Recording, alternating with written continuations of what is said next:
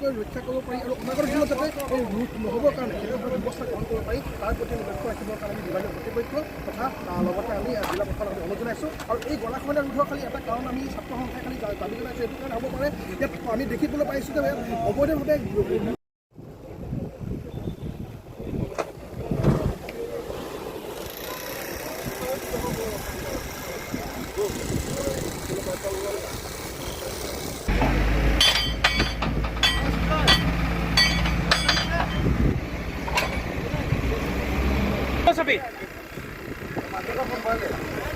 অলপ চপাই দিব, অলপ চপাই মাৰিব দিব।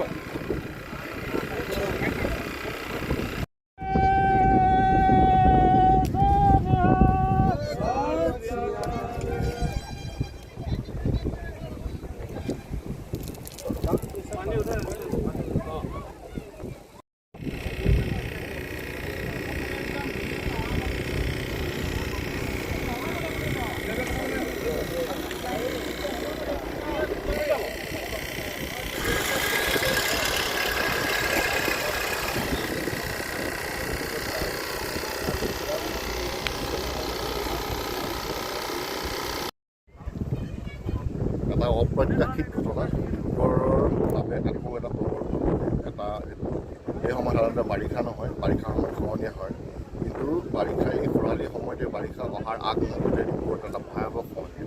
ডিব্ৰুগড় চহৰৰ দাঁতিতে এই গুৰুদ্বাৰ আছে, গুৰুদ্বাৰ তাৰ পিছফাললৈ যিটো ব্ৰহ্মপুত্ৰখন আছে, ব্ৰহ্মপুত্ৰ পাৰত কালি নিশাৰে পৰা অভাৰ গৰাখহনীয়া হৈছে আৰু গৰাখহনীয়াই ডিব্ৰুগড় চহৰৰ প্ৰতি ভাবুকি কৰিছে। ডিব্ৰুগড় চহৰলৈ টাউনখনলৈ মঠাইৰে মাত্ৰ আছে আপোনাৰ 50 ফুট। তেনেহ'লে ভাবক কিমান ভয়াৱহ ৰূপত খহনীয়া হৈছে। ইতিমধ্যে আপোনালোকে ভিজুৱেলবোৰ দৃশ্য দেখিছে, ইয়াত অনুমান কৰিব পাৰিছে যোৱা নিশাৰ পৰা অহৰভাৱে কাম কৰি আছে, জলসম্পদ বিভাগে কাম কৰি আছে, জিলা প্ৰশাসন, জিলা উপায়ুক্ত, স্থানীয় বিধায়ক প্ৰশান্ত ফুকন, লগতে বিভিন্ন ধৰণৰ উচ্চপদস্থ বিষয়া আছে, জলপৰিবহণৰ বিষয়াসকল আছে। তৎসত্বেও কিন্তু ইয়াত ৰুধিব পৰা নাই। ডিব্ৰুগড় থাকিবগৈ নে?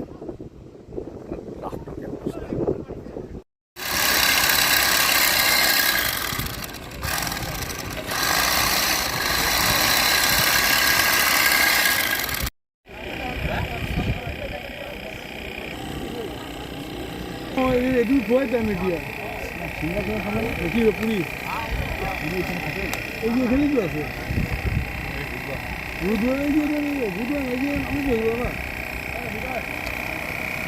বিভাজালকে আমি বুক গেলাম, বিভাজালকে আমার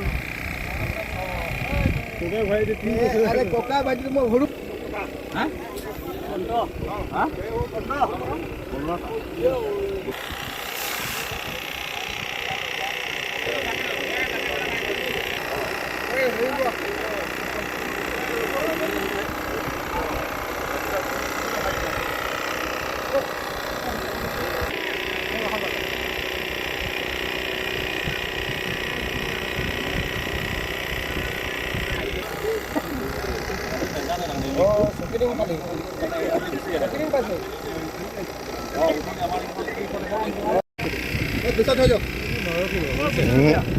যাব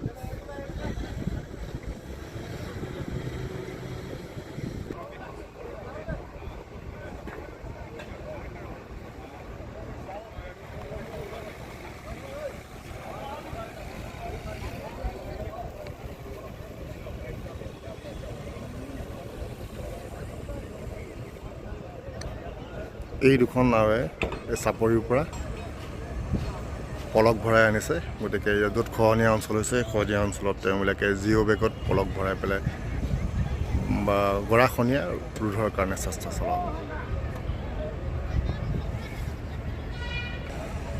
এই দুখন নাৱত চাপৰিৰ পৰা পলক ভৰাই পেলাই লৈ আহিছে জিঅ' বেগসমূহ। এই জিঅ' বেগসমূহ ইয়াতে খহনীয়া অঞ্চলত তেওঁবিলাকে পেলাব খহনীয়া প্ৰতিৰোধৰ বাবে।